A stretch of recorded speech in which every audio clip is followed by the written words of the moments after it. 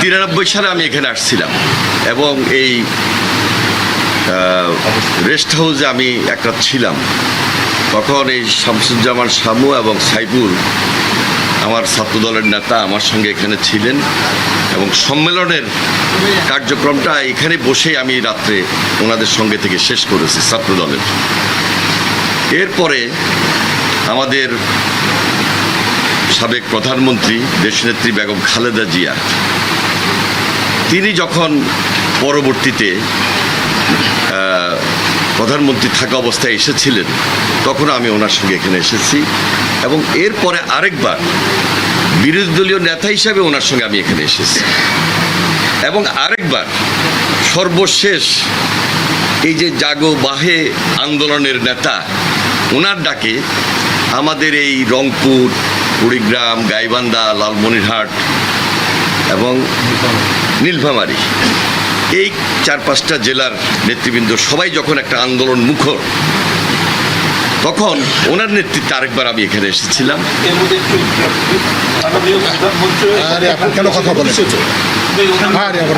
পাশাপাশি ঠিক আছে আজান নামাজ আছে। এরপরে এই যে বিগত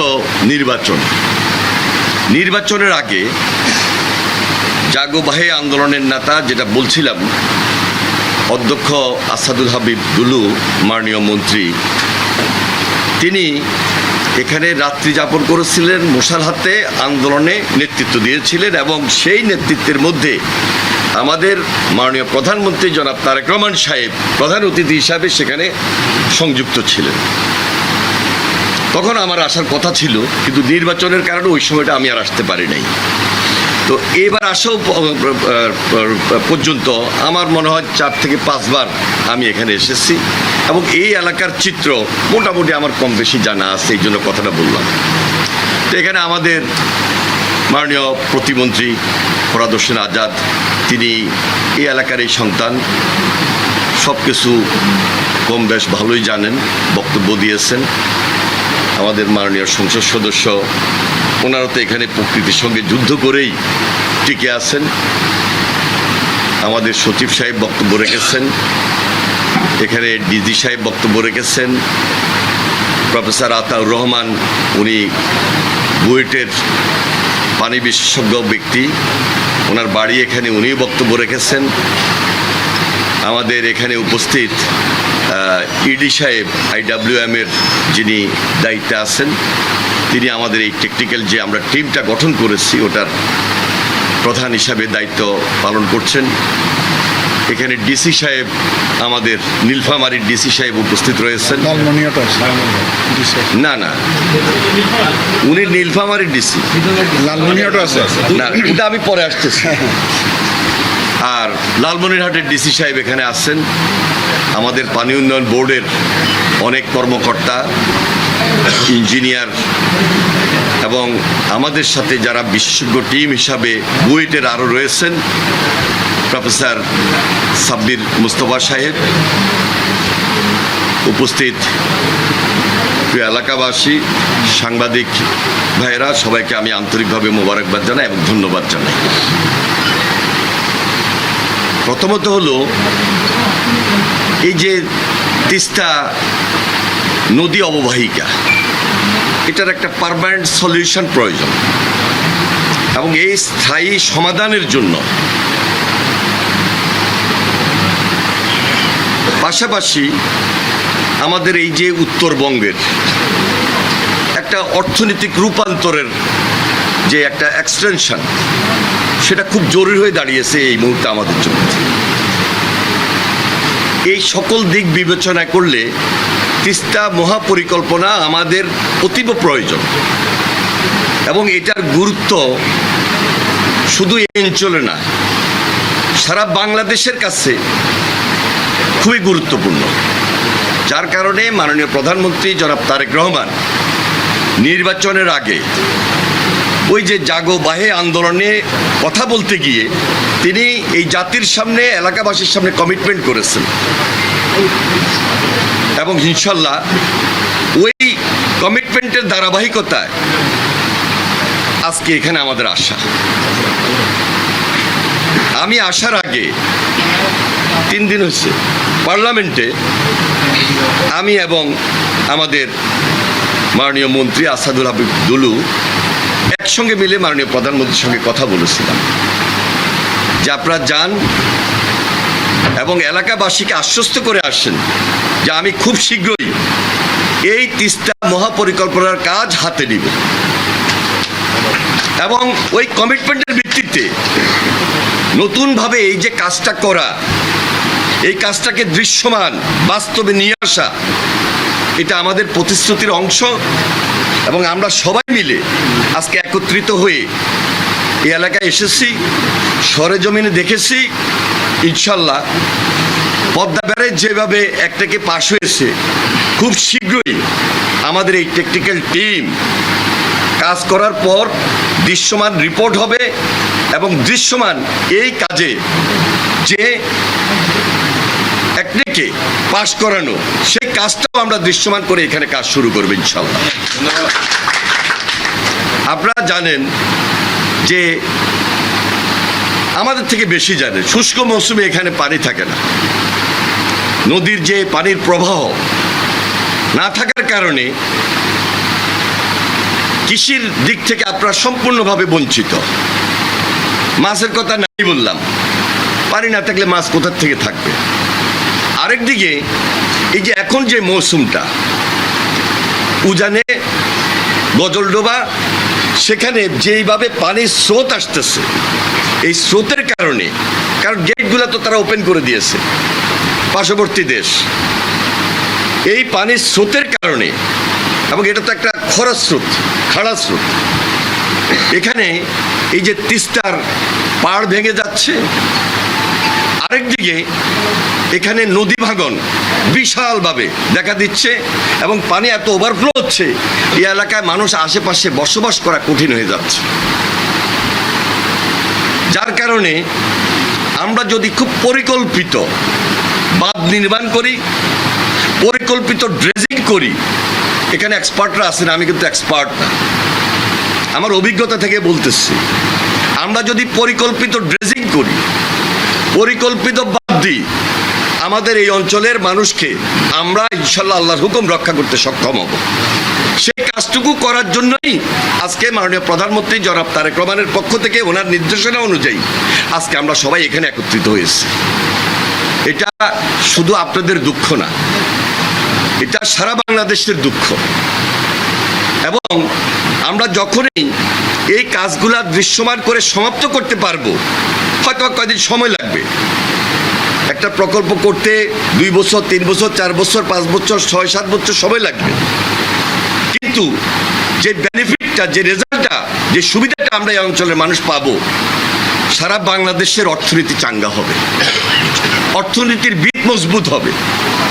এখানে কৃষি উপকরণ এবং কৃষি এলাকা হিসাবে, কৃষিভিত্তিক অঞ্চল হিসাবে আজকে যেটা আপনারা পাচ্ছেন নীলফামারীতে, এই 5টা জেলা যেটা পাচ্ছে না, যেটা আপনাদের দুঃখ, আপনাদের আনন্দে পরিণত হবে এবং আপনাদের উৎপাদনে পরিণত হবে এবং অর্থনীতির ভিত চাঙ্গা হবে ইনশাল্লাহ। সেদিকে আমরা যাচ্ছি। তা আমি আর বেশি কথা বলবো না। আমাদের এই অঞ্চলে, বাংলাদেশের এটা উত্তরাঞ্চল, এই উত্তরাঞ্চলের জন্য যে সমস্যাটা দূরীকরণ, এই দূরীকরণ করতে গিয়ে এই প্রকল্পটা আমাদের জন্য খুব জরুরি, খুব বেশি প্রয়োজন, অত্যাবশ্যকীয়। সেজন্য আমরা এই প্রকল্পটা আমরা গ্রহণ করতে যাচ্ছি। কেউ এই প্রকল্প গ্রহণ করার আগে পিছনে অনেক কথা বলতে পারেন, কিন্তু একটা কথাই আমি বলার চেষ্টা করছি যে পরিকল্পিত প্ল্যান ওয়াইজ যদি আমরা না আগাই, তাহলে আমরা হোঁচট খেতে পারি।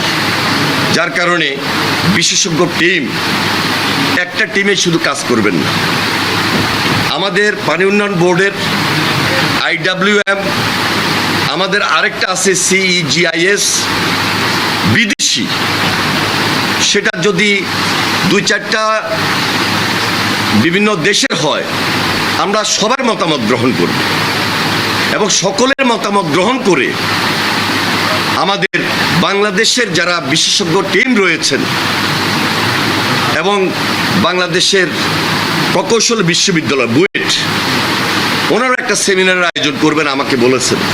সবাই মিলে আলোচনা করে খুব স্বল্প সময়ে শীঘ্রই দ্রুততার মধ্য দিয়ে আমরা এই প্রকল্পটা এক থেকে পাশ করানোর ব্যবস্থা গ্রহণ করার উদ্যোগ গ্রহণ করব ইনশাআল্লাহ। যেই প্রকল্পের গ্রহণ করার ক্ষেত্রে মাননীয় প্রধানমন্ত্রী খুবই আন্তরিক, তিনি নিজে কমিটমেন্ট দিয়েছেন, জাতির সামনে তুলে ধরেছেন এবং আমাদের আশার ক্ষেত্রে আমাদেরকে তড়িৎ নির্দেশনা দিয়েছেন। ওনার নেতৃত্বে আমরা একটাকে সেটা নিয়ে গিয়ে এই কাজটাকে দ্রুত করানোর জন্য আমাদের মন্ত্রণালয়ের পক্ষ থেকে এই এলাকাবাসীর জন্য, এই উত্তরাঞ্চলের জন্য, উত্তরবঙ্গের জন্য, সর্বোপরি দেশের জন্য, দেশের অর্থনীতির ভিতকে মজবুত করার জন্য যা যা করার দরকার দ্রুত সময়ের মধ্যে আমরা সেই উদ্যোগ গ্রহণ করব ইনশাআল্লাহ।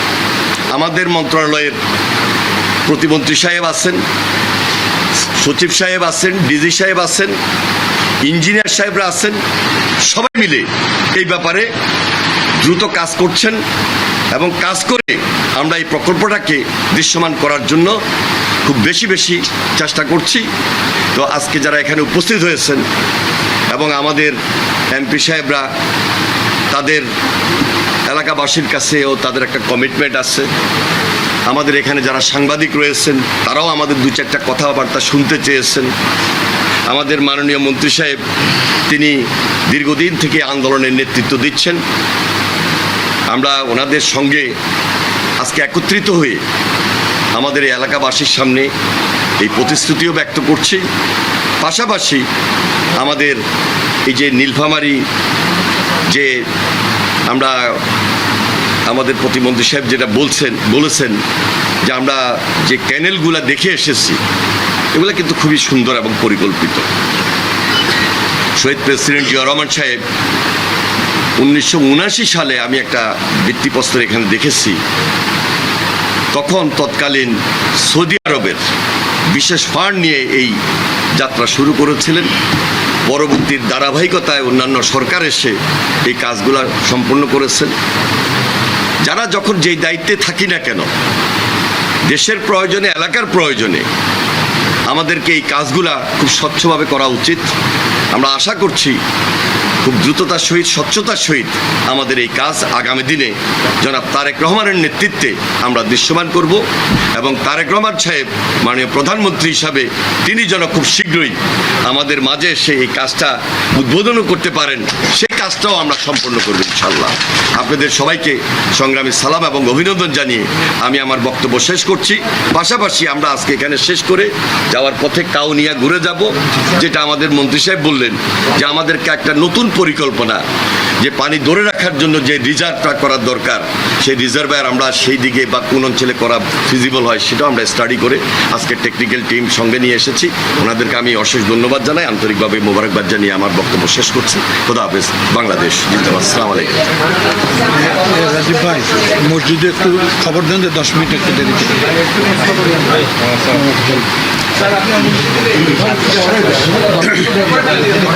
করেন।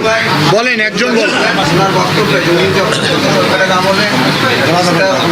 আন্দোলনটা তুমুল পর্যায়ে নিয়ে গিয়েছিলেন। তখন ছাত্র উপদেষ্টা রেজওয়ানা হাসান হঠাৎ করে রংপুরে আসলেন এবং উনি ঘোষণা দিলেন যে জানুয়ারিতে এটা কাজ শুরু হবে। ভাই আমার বক্তব্যে বলছেন এবং আপনাকে দেখিয়ে দিয়েছেন যে আপনি বিস্তারিত বলবেন রেজওয়ানা হাসানরা বা গত সরকার কী করেছেন এটি দেখতে বলেন। দেখুন, এগুলো টেকনিক্যাল জিনিস, টেকনিক্যাল কাজ। আমি আগেই বলছি যে প্রেসিডেন্ট জিয়া রহমান সাহেব 1979 সালে তৎকালীন সময়ে একটা বিদেশি সৌদি আরবের ফান্ড নিয়ে সেই কাজের যাত্রা শুরু করেন। এখন পর্যন্ত কত সরকার আসছে গেছে, তিস্তার কাজ যেটা ব্যারেজ সহ আমাদের এই যে নীলফামারী অঞ্চলে, সেটা পরবর্তী ধারাবাহিকতা বজায় রেখেছে। এখন ইন্টেরিয়র গভর্নমেন্ট আসছে, ওনারা নজর দিয়েছেন, আমি ওনাদেরকে ধন্যবাদ জানাই। ওনারা খুব অল্প সময়ের জন্য তখন নির্বাচনটা করে দিবেন, নির্বাচনটা শেষ করবেন, সেদিকে বেশি ব্যস্ত ছিলেন। নির্বাচনও সম্পন্ন হয়েছে, কিছু কাজও স্টাডি ওনারা কমপ্লিট করেছেন। বিদেশি একটা টিমও এখানে এসে গণশুনানি করেছেন, সরজমিনে এসেছেন, দেখেছেন। আরও দু একটা বিদেশি টিম হয়তো আসবেন। আমরা আমাদের দেশীয় টিম, টেকনিক্যাল টিম এখানে কাজ করছি, ফিজিবিলিটি স্টাডির ব্যাপার আছে। সব কিছু সম্পন্ন হওয়ার পর আমরা আশা করছি খুব শীঘ্রই, যত কম সময় নেওয়া যায় অত কম সময়ের মধ্যে এই প্রজেক্টটা যেন দৃশ্যমান